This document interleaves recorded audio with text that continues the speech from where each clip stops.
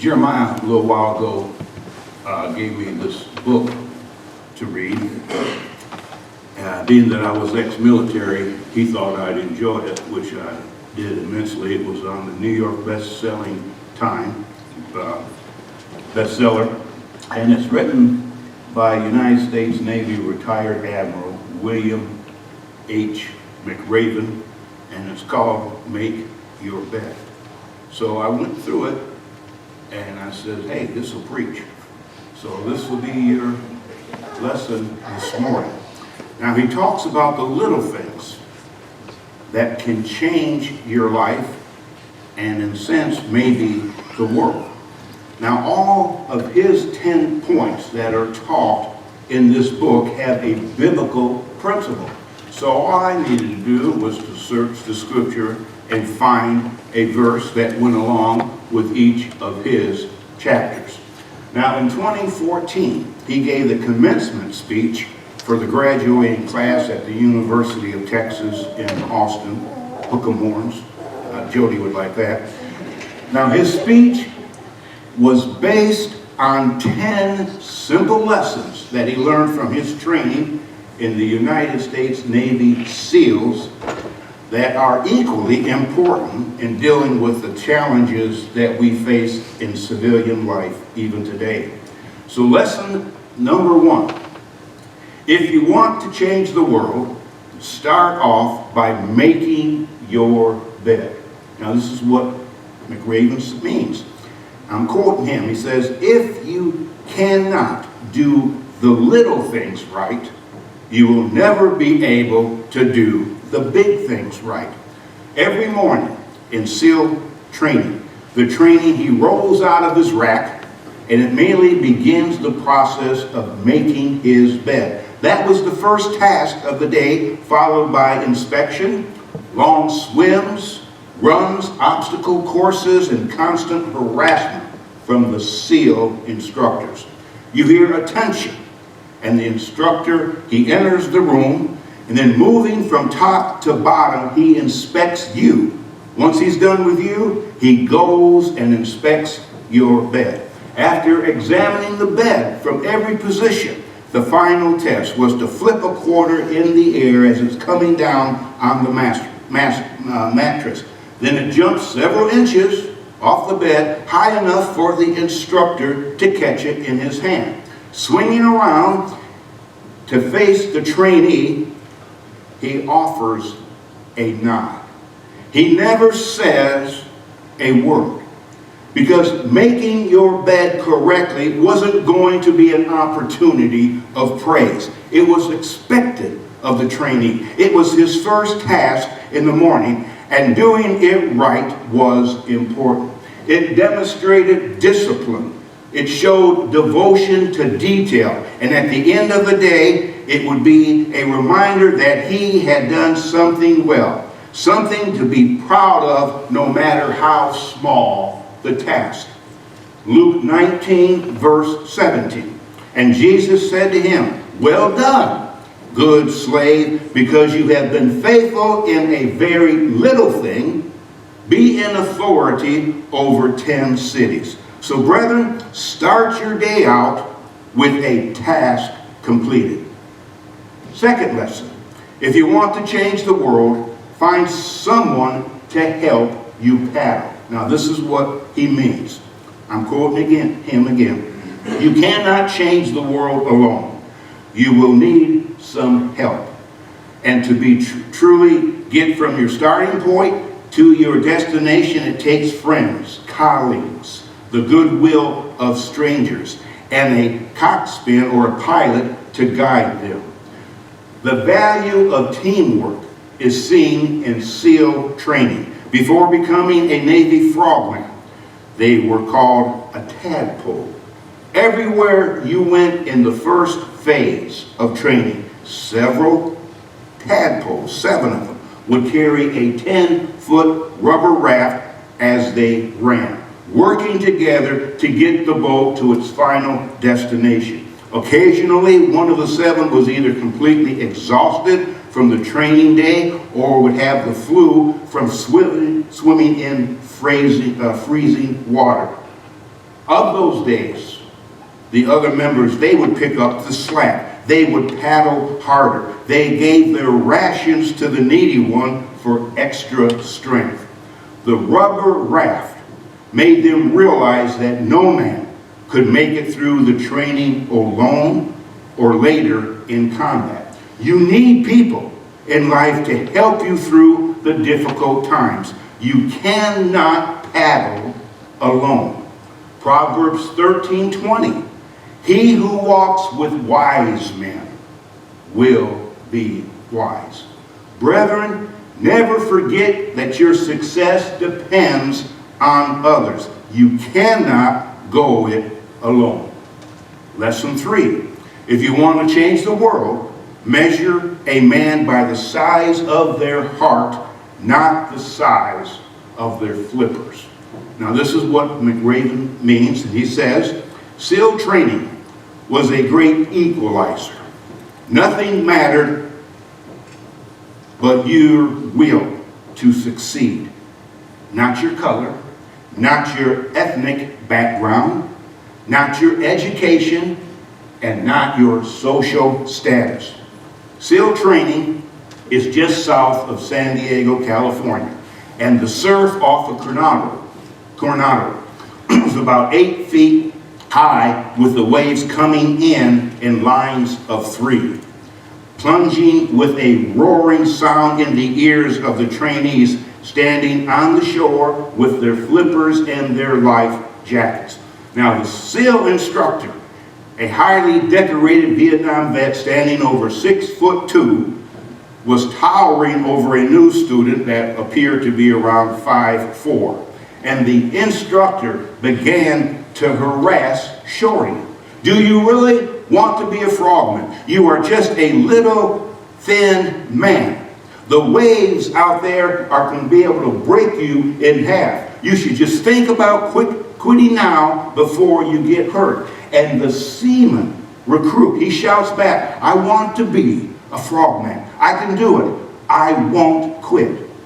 Then the instructor leaned forward and whispered something in the student's ear. But no one else could hear because of the breaking sound of the waves. So after the trainees were ordered into the water for their hour swim, and after they crawled out of the surf zone, this young seaman finished near the head of his class in the swim. And later on that day was asked by the other recruits with him what the instructor had whispered to him.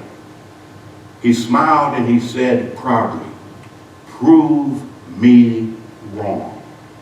SEAL training was always about proving something. Proving that size does not matter. That determination and grit was always more important than all these other things. Now, McRaven learned that lesson 1 year before his own SEAL training began. He had the opportunity to visit the Naval Amphibious Base where he would take his frog training later. Well, he's walking down the corridor, seeing a few SEAL instructors there, all well over 6 foot, and he expected that's how a SEAL is to look. On the wall were hanging pictures of SEALs that served in Vietnam.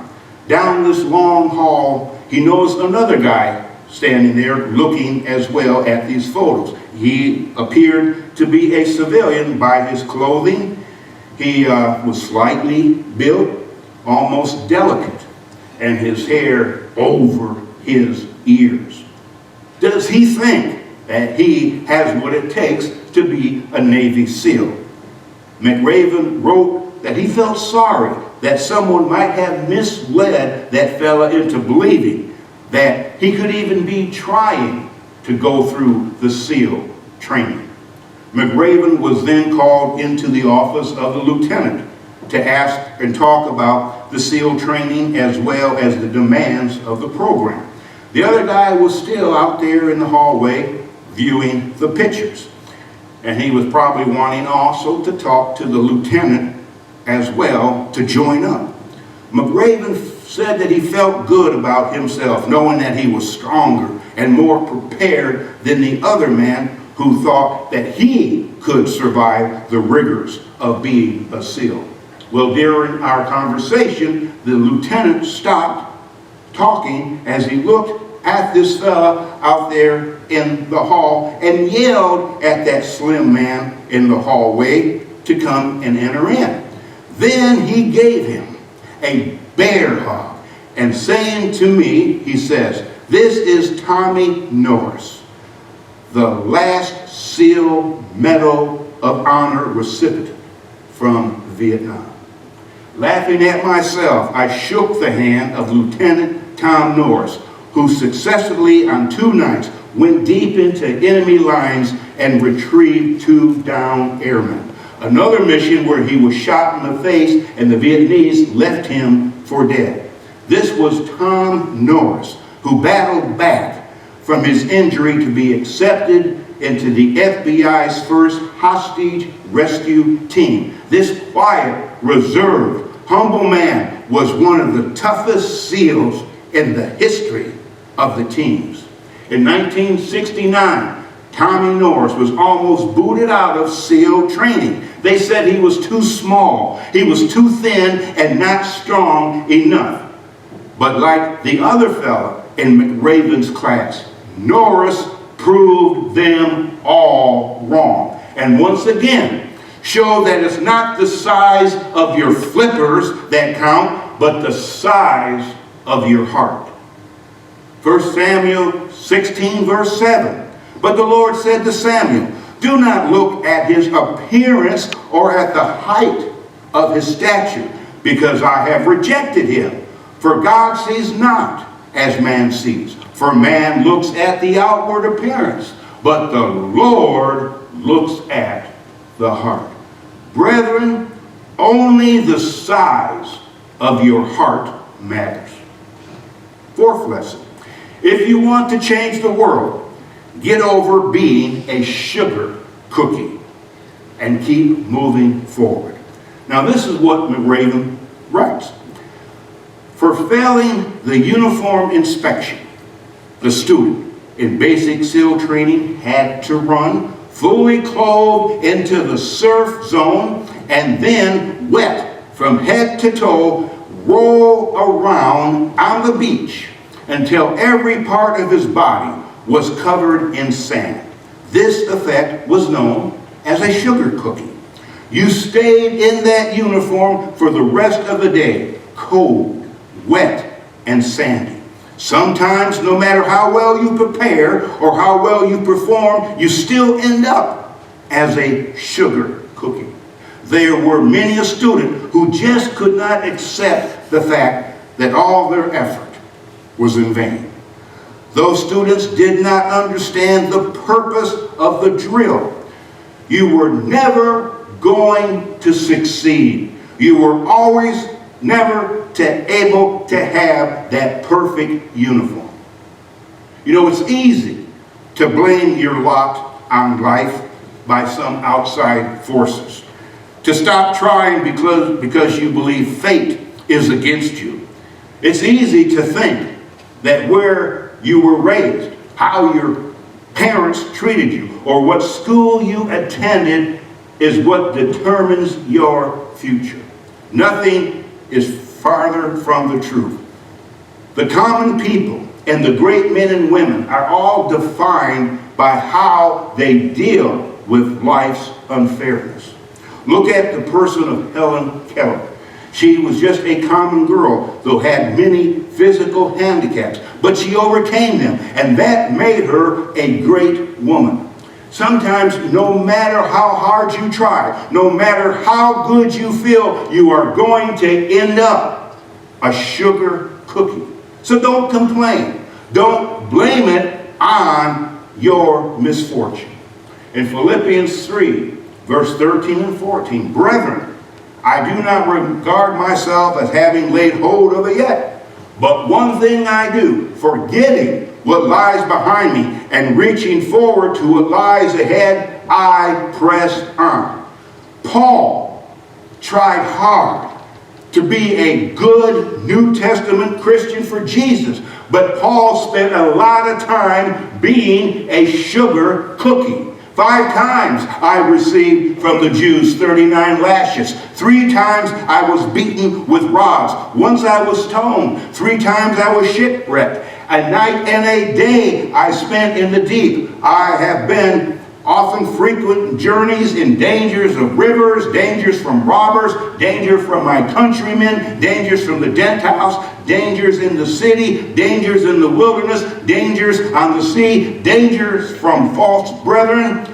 I have been in labor and hardship, through many sleepless nights, in hunger and thirst, often without food, in cold and exposure. 2 Corinthians 11, verse 24 to 27. Brethren, life is not fair, but press on. Number 5 lesson. If you want to change the world, don't be afraid of the circuses. Now, this is what he means, and this is what he wrote.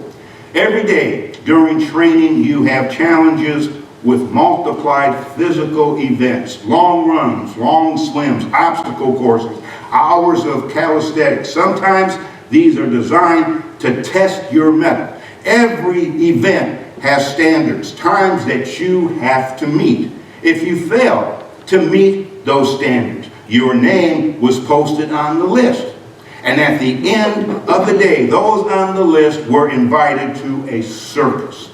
A circus was 2 hours of additional calisthenics designed to wear you out, to break your spirit, to force you to quit. Life is filled with circuses. You will fail. You will fail likely often. It will be painful. It will be discouraging. At times it will test you to your very core. Now, what made the circus so fearful by the SEAL students wasn't just the additional pain, but also the knowledge that the day after the circus, you would be exhausted from the extra workout and so fatigued that likely you would fail to meet the standards again. So you have another circus would follow, then another and another. It was a death spiral, a cycle of failure that caused many a student to quit training. Those that endured the circus, which had started as punishment for failure, discovered it was making them stronger, faster, and more confident in the water. In life, we all face a lot of circuses. We will pay for our failures, but if we persevere, if we allow those failures to teach us and to strengthen us, then we will be prepared to handle life's toughest moments. You cannot avoid the circuses of life. So don't be afraid of any circus. Just beat it. In Matthew 4, Jesus went 40 days and nights in the wilderness fasting. On the on the last day, 3 temptations were recorded. Turn stones into bread, jump from the temple's pinnacle, bow down and worship Satan. So Jesus was tested to his very core to quit. But God in the flesh passed. As verse 11 says, then the devil left him, and behold, angels came and began to minister to him. You see, Jesus faced circuses, none that were due to any failure on his part. But brethren, our failures can make us stronger.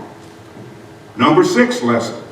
If you want to change the world, sometimes you have to slide down the obstacle course head first. Now, this is what McRaven wrote in his book. He says, one day, a student decided to go down the slide of life head first. Instead of swinging his body underneath the rope and inching his way down, he bravely mounted the top of the rope and thrust himself forward. It was a dangerous move, seemingly foolish, fraught with risk.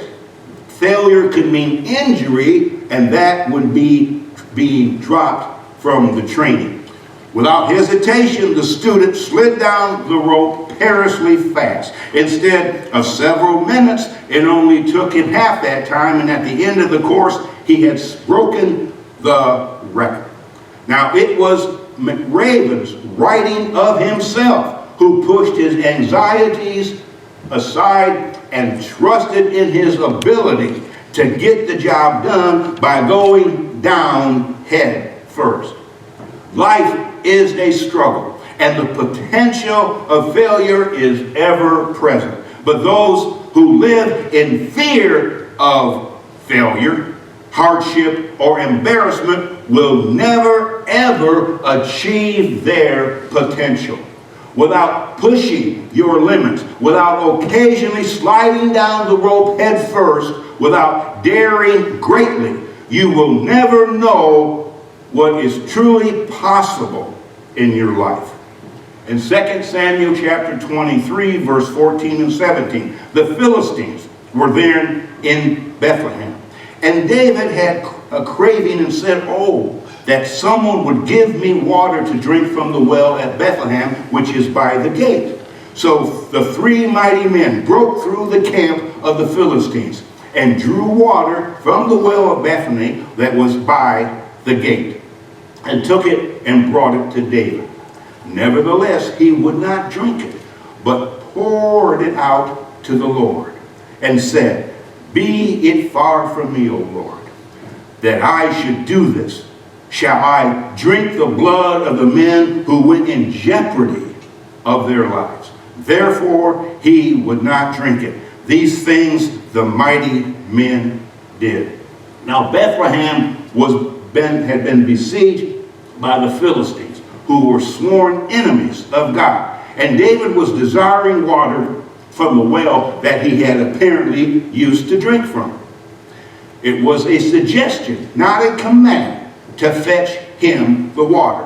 To have drunk it would have appeared that David placed more value on the water than the men who dared to risk their lives to attain it, though they did it willingly, going head first. Brethren, you must dare to do your maximum. Seventh lesson: if you want to change the world, don't back down from the sharks. Now this is what he means. There are a lot of sharks in the world. If you hope to complete the swim, you're going to have to deal with them. The waters off San Clemente Island were choppy and cold when these students began their 4-mile night swim. Now prior to the swim, the SEAL instructors had given them a briefing on all the potential threats that they might encounter that night. The waters were filled with all types of sharks, including the great white, which was the largest, the most aggressive man-eater of the ocean. These were the bullies in the sea. Listen up. Whether there's a bully in the schoolyard, at the workplace, or ruling a country through terror, they strive on fear and intimidation. Bullies gain their strength through the faint of heart. They are like sharks that sense fear in the water. They will circle to see if their prey is struggling. They'll probe to see if their victim is weak. If you don't find the courage to maintain your position, they will strike. In our daily life, to achieve goals, to complete the night swim, you have to be men and women of great courage.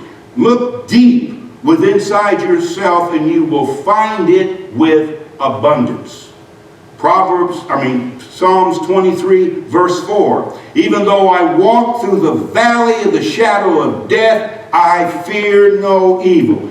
David had sharks around him, most of his life, beginning with his brothers being older and bigger than him. Then King Saul chased David all around trying to kill him. Then David, as the king in his own court, had enemies around him as well as his own children struggling to take his powerful position of kingdom from him. And then he also had the ungodly nations surrounding him. Brethren, stand up to the bullies. Lesson number 8. If you want to change the world, you must be your very best in the darkest moments. Now, this is what McRaven writes. At the darkest moment of the mission is the time when you must be calm, composed, when all your tactical skills, your physical power, and your inner strength must be brought to bear. Now, McRaven was referring to the conclusion of the dive phase, the most technical, difficult part of SEAL training. They would swim 2,000 meters underwater across the bay to an anchored vessel. Under the ship, they would place a practice mine on the keel and then return to the beach undetected. Now, at night, the visibility in San Diego Bay was so bad that you could not even see the hand in front of you. And they were given a small green chemical light to illuminate their underwater compass. Now, adding to the difficulty, the fog had rolled in. So if you missed your target, you could end up in the shipping channel. And that's not a good place to be when a Navy destroyer was pulling into port. The SEAL instructors knew this training event had to be the highest potential for harm or death to the Navy student. They were told, no, nothing else matters. You must complete this mission, no matter how dark it gets. This is what separates you from everyone else. At some point, we all are confronted with a dark moment in life. In those darkest instants, reach deep inside yourself and be your very best. Gethsemane was perhaps our Lord's darkest moment. This time prepared him in so many ways for what was just shortly ahead in the morning and through the night that afternoon. Luke 22, verse 44, and being in agony, he was praying very fervently, and his sweat became like drops of blood falling down upon the ground. Jesus, in that dark hour, stood his ground. So, brethren, rise to the occasion. 9th lesson. If you want to change the world, start singing when you're neck deep in mud. Now, this is what McRaven means, and this is what he writes. If I had learned anything in my time traveling the world, it is the power of hope. The power of one person, Washington, Lincoln, King, Mandela, and even a young girl from Pakistan, Malaya. One person can change the world by giving people hope.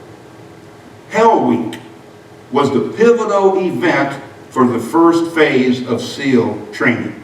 It was 6 days of no sleep and unrelenting harassment by the instructors. The purpose of Hell Week was to eliminate the frail, those not capable of being SEALs. More quit during this week, and the Tijuana mud flats were the toughest part of the week. Spending Wednesday in the mud flats, doing exercises and running, which made them cold, wet, and miserable. The mud clung to every part of your body. Your vision was blurred by the caked-on mud and exhausted moving through the mud.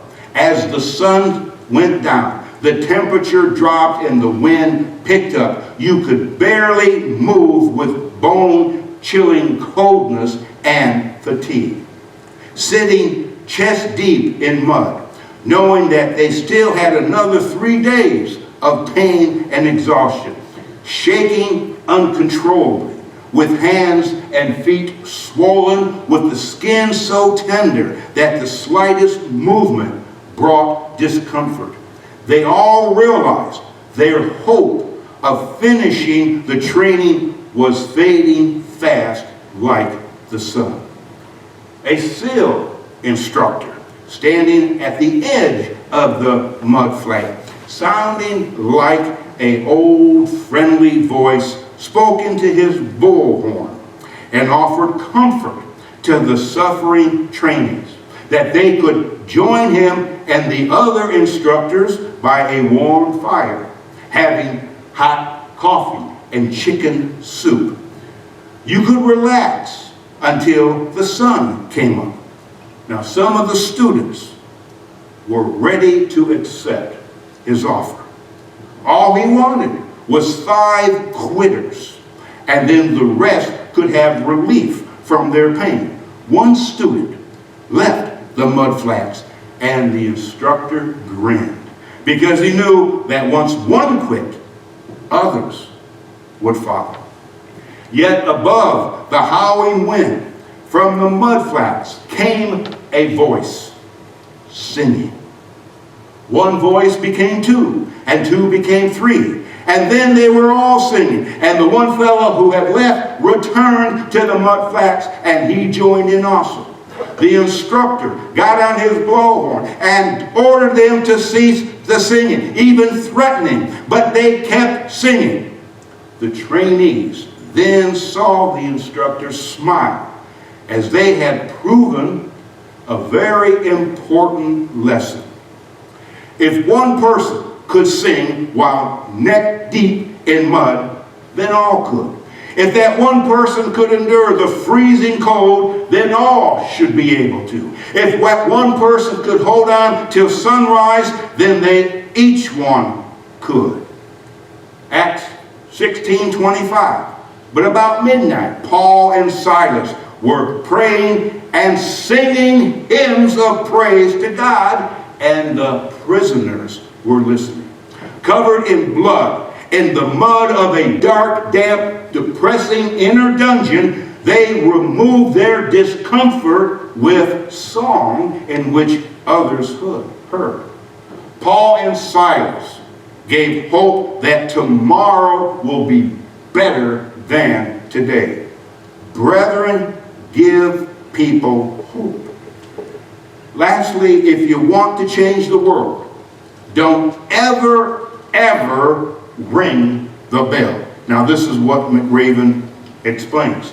In SEAL training, there is a bell, a brass bell that hangs in the center of the compound for all the students to see.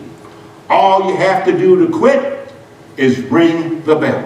Ring the bell, and you no longer have to wake up at 5 o'clock in the morning. Ring the bell, and you no longer have to go through the freezing cold swims. Ring the bell, and you no longer have to do the runs, the obstacle course, the PT, and you no longer have to endure the hardships of training. Just ring the bell.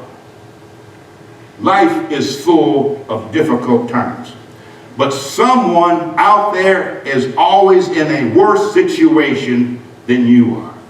If you fill your days with pity, if you're sad for the way you've been treated, upset with your lot in life, blaming your circumstances on someone or something else, then life will be long and hard.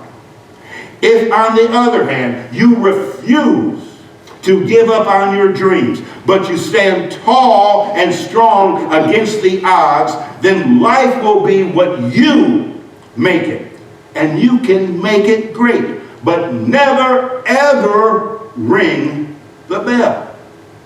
2 Timothy 4:7. I have fought the good fight. I have finished the course. I have kept the faith. Be like the Apostle Paul. Endure the hardships and not ring the bell. Brethren, never under any circumstances quit the faith. Now, in summation, Admiral William McRaven says this to us this morning. Start every day with a task completed. Find someone to help you through life. Respect everyone. Know that life is not fair and that you will fail often. But if you take some risk, if you step up when the times are toughest, if you face down the bullies, if you lift up the downtrodden and never ever give up, if you do these things, then the next generation and the generations that follow will live in a world far better than the one you have today. Now that's good advice as we are approaching a new year, because this year has been a pivotal year as Satan has been attempting to break us physically, emotionally, and spiritually. With McRaven's human stories reinforced with the principles established by God, we can endure going into this new year and beyond. This morning, you can begin to embrace the world by changing yourself through belief, repentance, and water immersion for the forgiveness of your sins. You begin your training in the Lord's service in His kingdom. So if you're subject to His calling, if you need to respond, the invitation is His. Will you not come right now as together we stand?